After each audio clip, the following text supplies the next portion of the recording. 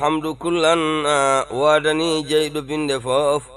o pindinde ene waseede jojjude rewede fof malaikaji yimɓe jinne denta tagore fof moren Daaka tago kursiyu kame jonde arsi fof mali yimɓe dokkal Allah yedi en Muhammada bandiraɓe fof no sega pam wiiri nani non ko gonga maintenant mbaɗonno listo kono waɗi erreur noon minen cofon kon kay poti adade haalde mais ni joni kaalo fof moloto e Allah déjà parce que anda ko kalta vraiment parce que ɗum woni gonga noon parce que aussi ko haala ɗo ko so ɓumnani ɓernde biyo ena darano leñol ngol mi anda ko ɓumnata ɓernde ma sincèrement parce que gila hanki wonko teskimi ɗo woni formation o Allah ne seedi kala ko janngunoɗa so tawi aɗa jogii fulla e fayida ma hul par ce que ɗum ɗo wona cakkan par ce que Amadou Hamme Amadou Ly Ousmane Makkali formation mo mbaɗi o keɗoɗa ɗum ma anndu ndeke radio wona cakande ko yimɓe jagguiri communication ko gummiɗo fofoɗe micro no haala mbawɗo fof yo ƴewto hoore mum bandiraɓe ɗum noon vraiment en calmini leñol ngol fof en calmini ko rendi ɗo ko fof hande sinno ko armée wonno soldat de première classe ha général kawri ɗo onon fof oɗon gandi so leñol ngol memama walla probléme waɗi mon jii goto fof waɗa vidéo kono hande so probléme waɗi no vidéo ji fof gummorto ko Madina Gounass par ce que yimɓe fof ko ɗo kawri ɗum noon waɗi ɗum réussir ko El Hadj Abou Ndiaye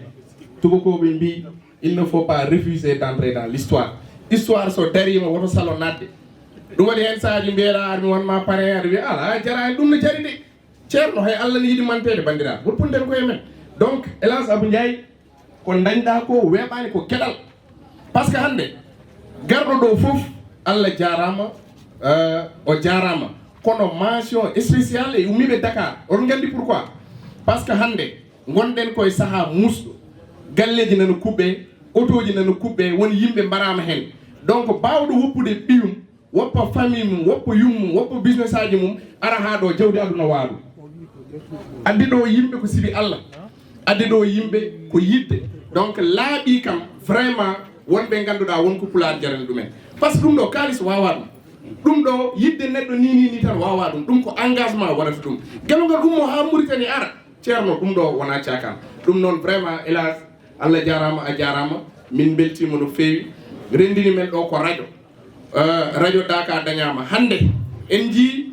wonko fulɓe puɗɗi dañde en dañi téléji en dañi radio ji hande pour min eɗen poti dañde 50 radio 50 tawi ni saabu hande no foti téléji gon ɗo woni hen ko ɗemɗe goɗɗe donc enen so Allah rokki men fartange Daaka dañi signal walla dañi télé yimɓe gara ha ɗo en ñagoto Allah goɗɗi jibine donc en jetti hen Ablaye Wolle Ndiaye saabu hande sinno ko médecin ji guevitanoɗo ma wiye ala wona noon sinno ko remoɓe garnoɗo ma wiye ala heddima mais ko jandiyankoɓe gari ɗo ko journaliste uji ko animateur uji ko yimɓe ɓe ganduɗa darani ko leñol ngol pourquoi par ce que ko média donc on média noon bawɗo arde darno ɗum foof on wiyete ko jarama par ce que vraiment omo wawno ƴettude kalis makko o waɗa ɗum galleji o wawno ƴettude kalis makko o waɗa ɗum e business aji goɗɗi enen fof eɗen gandi radio heewani revenu radio heewani kalis donc bawɗo wadde investir e média ɗum ko engagement waɗat ɗum donc en jetti Madina Gounass dañɗo oɗo cadeau mo ganduɗa wona hunde welde heewi télé mawɗo mo nan toon radio mawɗo mo nan toon koko luwiɗo woni ɗo donc ko chance dañde ɗum ɗo taw ko onon jeeyani koye mon donc ɗum jaggue ɗum juuɗe sappo mbiɗa heewi wiide radio ji ɗi hande hayso tawi en ngala sponsor mais diwanuji ɗi gonɗen ɗi galle fof so yaltini 500 francs par mois ɗum ma yob courant ma yob ndiyam ma won motivé journaliste uji ɗi ay journaliste uji jiiton ɗi koɗani hen nokku kala gonɗo banggue goto yoɓaka balɗiɗi balɗani so ɓooyi woppat yaha banggue goto donc il faut que mbaɗon maintenir journaliste uji ɗi ko waɗat ɗumen maintenir ko sen ngala sponsor gonen sponsor uji koye men ɗum noon vraiment ko salminde moon e juurade moon e hollide vraiment weltare amen arde ɗo e tawde ɗo Madina Gounass min mi meeɗa arde ɗo hande peut être dañmi chance wadde découvrir wuuro ngo ɗum noon mi yetti aussi Alhaji Labbel Wagne no honorable wiri ni vraiment minen gardi ha ɗo Talla Ama Tidiani ko neɗɗo moƴƴo en calmini wonɓe ɗo ɓe foof sen limti tan en juumat saabu hande ko wiyete ko enen foof ndendi combat o goto foof peut être wonko joguino walla goto foof wonɗo wonno walla goto foof wonko janggi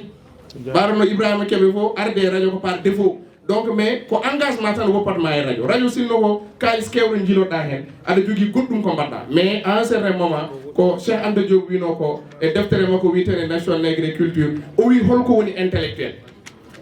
goto fof wonno firtiri intellectuel o wi min jaggumi tan intellectuel woni joguiɗo gandal walla joguiɗo jawdi ari nafti leñol mum ɗum noon wonɓe ɗo ɓe fof jaggen ko intellectuel uji salamu aleykum wa rahmatullah ɗum noon bandaɓe tedduɓe e dow inde Allah minon jaafo ɗum so tawi ko seede tan so tawi eɗen mbaɗa ko way ni aywa enen e nder jeeto men so tawi eɗen mbaɗa ko way ni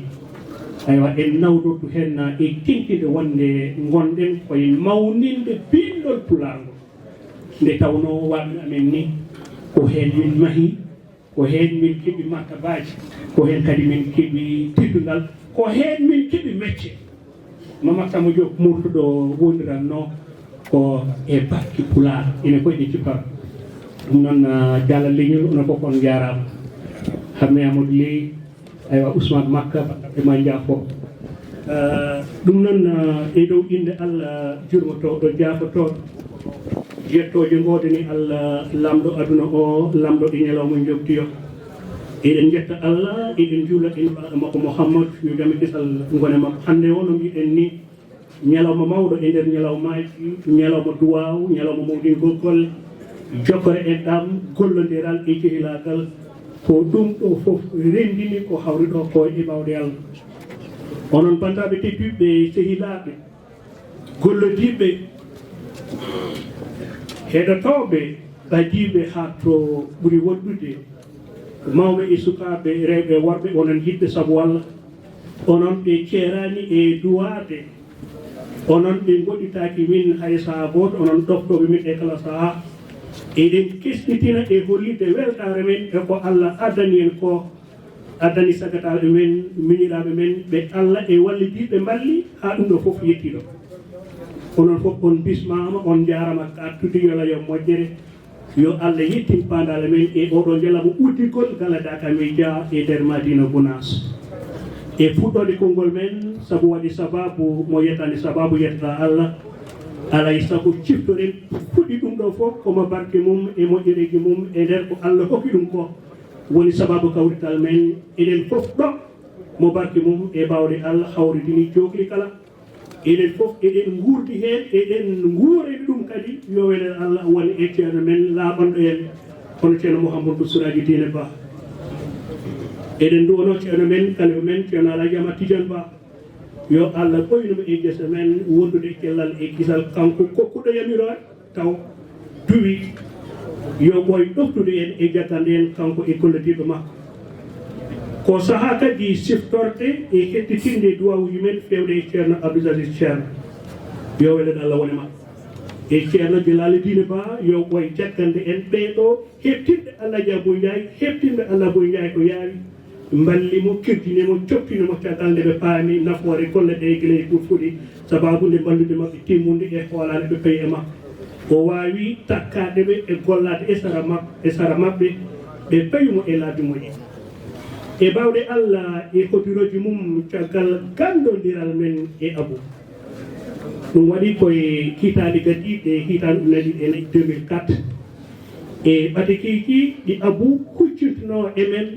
e wondemo taw hettiyanke alhamdu kullan wadani jeyɗo binde fof